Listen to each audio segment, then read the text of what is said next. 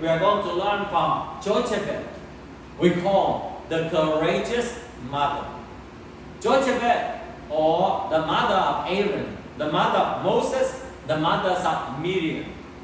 And when Pharaoh gave an order to kill all of the baby boys of the Hebrew, because they grew so fast, okay, the population of the Jewish people increased significantly, and Pharaoh and the Egyptian was afraid that one day the Hebrew people or the Jewish people will take over the Egypt. So that's why he tried to kill all of the baby boys. In the book of Exodus chapter 2, the Bible said, now a man of the tribe of Levi married a Levite woman, and she became pregnant and gave birth to a son. When she saw that he was a fine child, she hid him for 3 months. Now, when we talk about Jochebed, we can see just like 1,000 or even 100,000 of the Hebrew woman who was courageous to take care of their children instead of killing the baby. And when we talk about abortion today, it's also in the way that we need many courageous women to stand up and to face even the challenge instead of killing the baby. We see that in the case of Jochebed here, and the whole family had to face a very big consequence. What is that consequence? If the king or Pharaoh found out that they hid the boy, the whole family could be executed because they disobeyed the order of the king. So it took a lot of courage and boldness in order for them to keep the boy. Of course, we know that out of love, they are willing to do so. But then we see that the mother of Moses found something important about Moses, and she had a good way in order to hide. But when she could hide him no longer, she got a papyrus basket for him and coated it with tar and pitch. Then she placed the child in it and put it among the reeds along the bank of the Nile. And his sister stood at a distance to see what would happen to him. Maybe this is, and we know, this is Miriam, have been taking care of baby Moses when he was only a few months old. And we know from the story that the princess or the daughter of Pharaoh saw and adopted Moses and brought him into the palace. But the point that we are going to mention here in this one is that by faith, Moses' parents hid him for 3 months after he was born, because they saw he was no ordinary child and they were not afraid of the king's edict. Again, Hebrew chapter 11. When we talk about Hebrew chapter 11, it is the chapter of people of faith, people of heroes.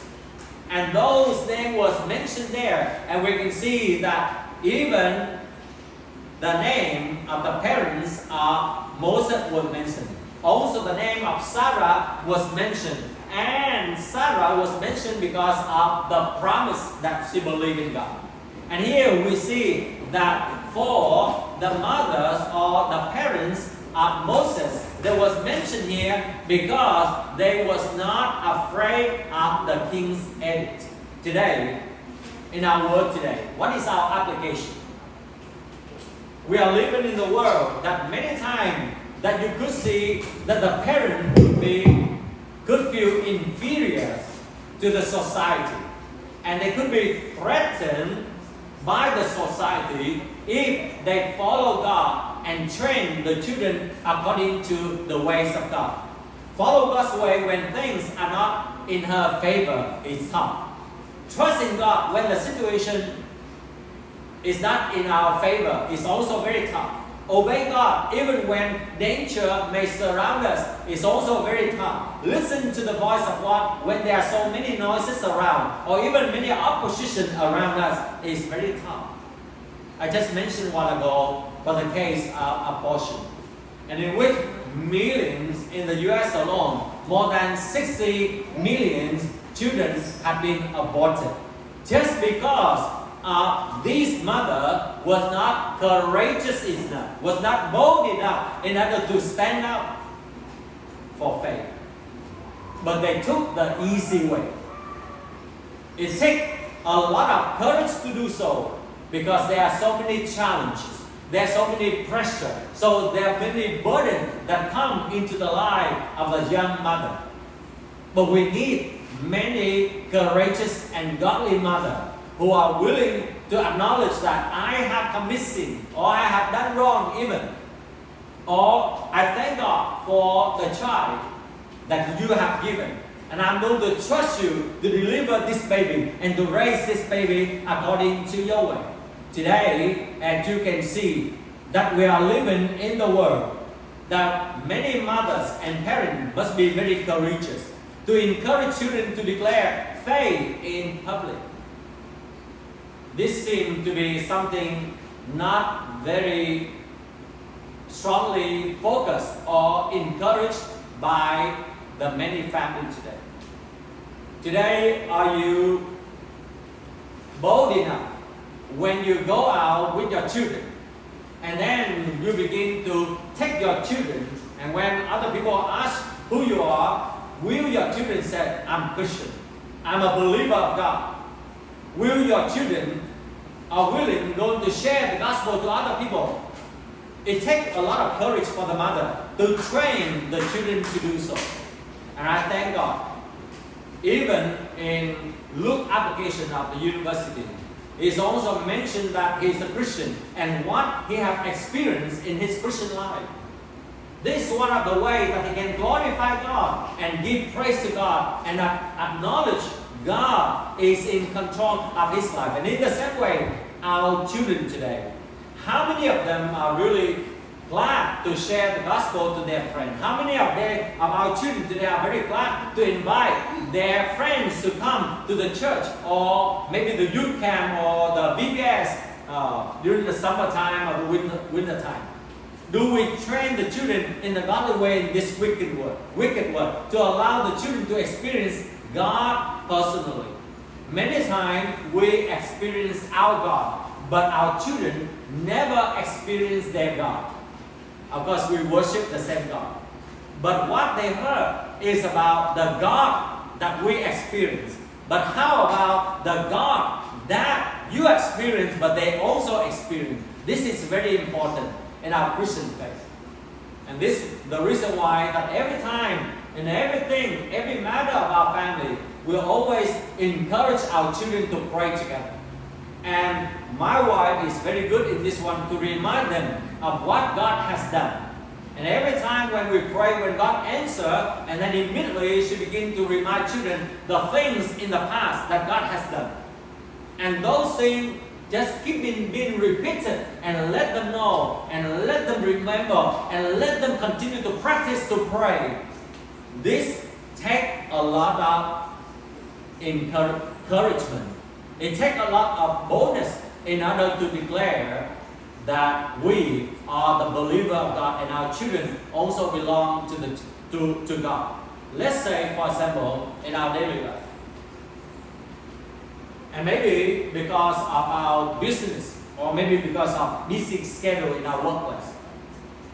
And we may promise our children that we are going to take them for VBS, or maybe 3 days retreat,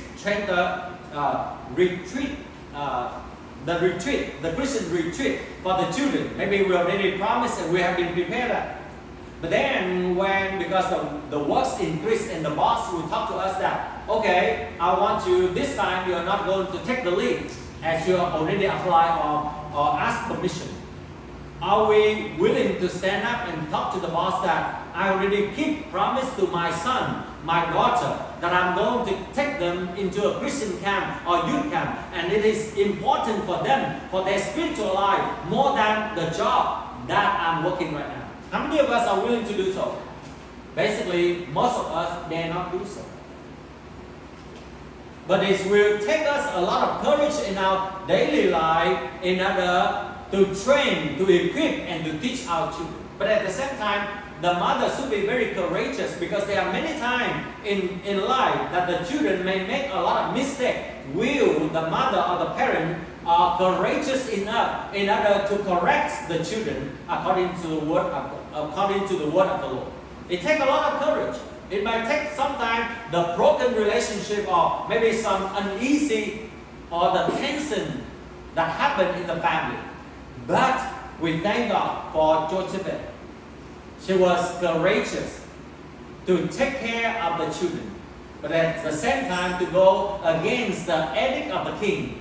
But as we know, that for the Israelite or the Hebrew people in those days, because they honor God, because they know that the children are the inheritance that God has given to them, and that's why even though they have to face the persecution, the oppression, the threat, and all of the things that happen, they are willing to serve God, to follow God, and to protect the inheritance or the children that God has given.